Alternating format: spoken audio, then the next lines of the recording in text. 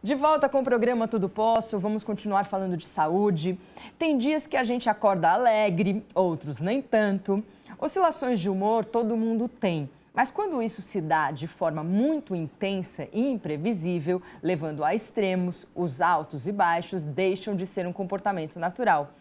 Muitas pessoas que sofrem com depressão desenvolvem mecanismos de defesa ou máscaras de excesso de bom humor para esconder problemas comportamentais. Nós estamos recebendo o psiquiatra, Dr. Diego Tavares, para falar um pouco mais sobre isso. Tudo bem, doutor? Boa tarde. Tudo bem, boa Como tarde. vai? Boa tarde, seja bem-vindo, Diego. Obrigado. O que é humor, né? Primeiro, para a gente começar a entender justamente isso. Que humor, a princípio, eu percebo que é algo positivo. Exato. Você está de bom humor, né? Você está de mau humor também, né? Isso, Então, uma coisa importante para dizer é que o humor, ele é uma condição produzida pelo cérebro e que normalmente é isso que acontece. Os estímulos ambientais fazem com que o humor, os estímulos positivos fazem com que o humor fique positivo e os estímulos negativos fazem com que o humor fique negativo. Então, o humor é a capacidade do cérebro de identificar como o meio está e acompanhar esse meio, mas de uma forma relativamente estável, não excessiva. Então, quando a gente fala que o humor tem um transtorno do humor, é como se a gente imaginasse que o indivíduo está numa sala gelada. Então, ele está se sentindo daquele jeito, o corpo, o cérebro dele está daquele jeito.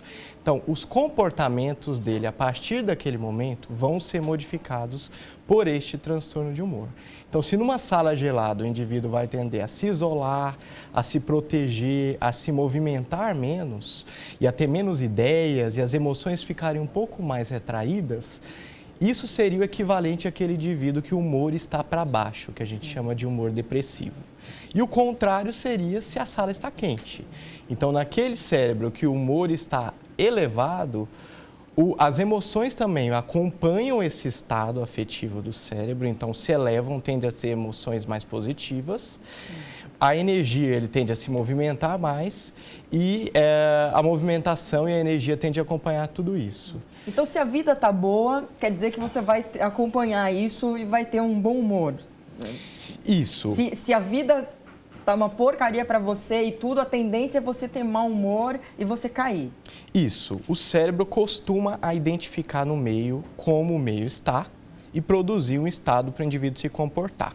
Então, se ele identifica problemas, ele tende a focar a atenção naquilo e ele tende a diminuir a atenção para as outras coisas e a movimentação para as outras coisas para, de fato, resolver aquele problema. Entendi. E a mesma coisa quando as emoções estão positivas. O grande problema é quando existe uma desregulação no cérebro que produz os transtornos do humor. Quer dizer, se o humor seria disfarçado, seria isso? Então, porque quando existe um transtorno do humor, o indivíduo perde a regulação e ele identifica emoções que não estão sendo congruentes com aquele meio. Então, por exemplo, no indivíduo que se encontra, entre aspas, em depressão, ele tem um comportamento que não responde ao meio. Então, ele perde essa reatividade ao meio. Então, ele fica com humor. Ele cria fatos negativos, né? O cérebro dele fica com as emoções negativas, com a energia diminuída. Então, ele se sente mais cansado do que de fato está. E ele tende a se movimentar menos, tende a se isolar e tende a se esconder da vida. Ele tende a não enfrentar a vida, ele fica mais inibido, a gente diz. Então, isso é um tipo de transtorno do humor, um humor não reativo para baixo. Então, não adianta dizer para a pessoa, se anima, tem uma festa, nós precisamos, vai ter coisas boas, você acabou de ser contratado, você tem um emprego bom. Então, é como se o corpo, no transtorno de humor, perde a reatividade mesmo para estímulos positivos, quando na verdade ele deveria ter estímulos. Deixa de fazer a leitura, é isso? Ele deixa de interpretar corretamente o meio, os estímulos do meio. E como a gente regula isso? Então, medicamento, né? Normalmente, então assim, um dos transtornos do humor é a não reatividade. E nós, assim, na nossa cultura, sempre estamos ensinados a percebermos as nossas emoções negativas. Então, assim, normalmente nós percebemos quando o humor está alterado, quando nós nos sentimos mais irritados, mais desanimados, mais pessimistas, mais cansados e sem energia do que normalmente. Só que quando as emoções no cérebro elas se alteram para cima, normalmente nós não identificamos isso como um transtorno do humor. Nós identificamos isso como, eu estou mais otimista, eu estou mais confiante, eu consigo fazer as coisas, muitos planos estão vindo na minha cabeça, eu estou virando a noite em trabalhos e normalmente as emoções positivas elas levam a uma maior produtividade, só que culturalmente nós não identificamos e muitas vezes nós não aceitamos a opinião do outro, mesmo quando estamos sendo excessivos nas emoções. Então, tanto a emoção não reativa para cima, por exemplo, uma pessoa que tem um excesso de humor para cima e que é um transtorno, ela se torna inadequada muitas vezes. Então, mesmo em situações onde ela deveria não se exceder ou não estar excessivamente demonstrando emoções positivas, ela dá risada no ambiente onde não deveria e ela faz comentários de forma por não estar observando o meio como ele está. Um exemplo típico no velório, por exemplo, seria isso? No velório ou no ambiente de trabalho, no ambiente onde ela não deve fazer alguns tipos de comentários que seriam inadequados, que são inadequados para aquele ambiente, um ambiente profissional, um ambiente sério, um ambiente formal, e a pessoa que tem um excesso de humor para cima, ela fica muitas vezes inadequada e ela emite comportamentos que ela não tem crítica de que ela está exagerando também. Assim como na depressão ele não percebe que ele não está tão ruim quanto ele está vendo o mundo e tudo. Então isso é um transtorno do humor. Um outro transtorno do humor é quando fica muito reativo. Então, um transtorno do humor é quando não reage ou para depressão ou para excesso de humor, e o outro transtorno do humor é quando o indivíduo fica muito reativo. Então, acontece uma coisa negativa, mas que não é tão negativa assim, a pessoa tem um excesso de pessimismo, um excesso de culpa e pode buscar emitir comportamentos autolesivos. É como se ela caísse cortar. Por qualquer coisa, seria isso. O cérebro pode produzir comportamentos exagerados, até de automutilação, muitas vezes. Então não é culpa da pessoa, né? É um transtorno. É um transtorno. É o que eu sempre digo. Emoções excessivas que repercutem, por exemplo, na vida do indivíduo, então o indivíduo deixa de conseguir de prestar atenção em outras coisas e passa, por exemplo, a se machucar, a se cortar, a não sair de casa, mas, assim, Diego, é muito exagerado. Esses comportamentos, por exemplo, o excesso do humor, né, quando existe uma depressão por trás, a pessoa não percebe, ok? A pessoa dá risada no velório, no ambiente de trabalho, faz comentários inoportunos. Ela não percebe. É um terceiro que vai chegar até ela e vai falar: se toca, vamos procurar um tratamento, vamos procurar uma ajuda. Seria dessa forma? Isso, porque normalmente as emoções negativas nós somos treinados a perceber. Então nós percebemos e sabemos que não há algo de normal com a gente. Porque o humor, ele é um estado, é como se fosse um ambiente. Ele produz um ambiente frio para a gente, seria um ambiente depressivo. Então naquele ambiente frio a gente tende a se retrair e o cérebro produz um ambiente quente. Normalmente as emoções negativas nós estamos mais sensíveis a perceber. Não estou me sentindo bem, estou desanimado, não vou na academia hoje, não quero gastar, não quero encontrar com pessoas. Então tudo fica reduzido. As emoções positivas, nós não somos treinados a observá-las.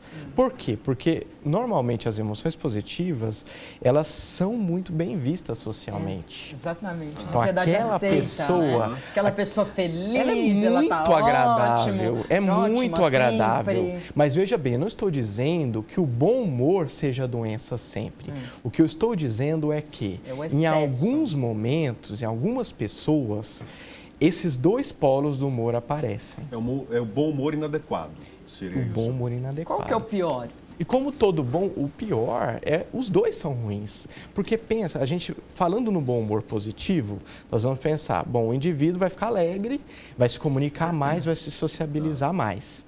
Só que isso é uma parte da síndrome maníaca, que a gente fala, uma síndrome de mania, excesso de euforia, que não é aquela mania de fazer coisas e tudo. Sim. Mas, por exemplo, o indivíduo com excesso de energia, ele pode ter aumento de impulsos. Então, imagina que o indivíduo deprimido, os impulsos ficam reduzidos e ele não faz nada. Então, ele não faz exercícios, ele não quer falar com pessoas, ele não quer gastar, não quer ter atividade sexual e ele consome menos substâncias químicas quando está deprimido. Na síndrome oposta, o indivíduo tem aumento de impulsividade. Então, ele fala o que vem na telha, ele se sente mais confiante, mais desinibido, ele tem aumento de vontade de apetite sexual e de apetite alimentar, então ele come excessivamente, ele tem aumento de apetite sexual, ele compra o que é desnecessário, ele fala o que não deve, ele faz exercícios de forma excessiva, produzindo assim até lesões muitas vezes. Então é um estado que quem está convivendo com a pessoa percebe que há um exagero. Principalmente porque o indivíduo tem os dois polos. Existe a doença em que o indivíduo tem só aumento de energia, mas muitas vezes, nesses casos, o indivíduo não tem problemas, muitas vezes. O grande problema é quando ele tem a polarização. Para a depressão é a polarização. Eu tinha uma pessoa que eu conhecia que falava assim, para que eu vou fazer terapia? Eu não tenho nenhum problema. Eu falei, tá bom. Né? Bom, não tem nenhum problema... porque está muito bem, né? Então, nesse caso, realmente, né, a ajuda aqui depende muitas vezes dos familiares, dos amigos, para orientar essa pessoa a buscar o tratamento, buscar um profissional. E uma coisa interessante é que nós estamos falando aqui de emoções puras. Então, o nosso cérebro ele não é uma caixinha fechada que produz coisas da mesma forma sempre. Então, se nós pensamos que tem indivíduos que têm aquela depressão pura, ou seja, só depressão, fica lentificado, fica com o humor para baixo, fica isolado, e o outro tem a emoção com euforia, com aumento de energia positivo, tem indivíduos que têm as duas emoções ao mesmo tempo.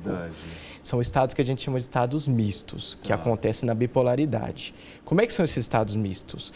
O indivíduo fica com aumento de energia e com aumento de impulsividade, falando coisas que dá na telha, só que o humor é negativo. Então ele fica irritado, ele fica agressivo e ele fica inadequado e muitas vezes violento.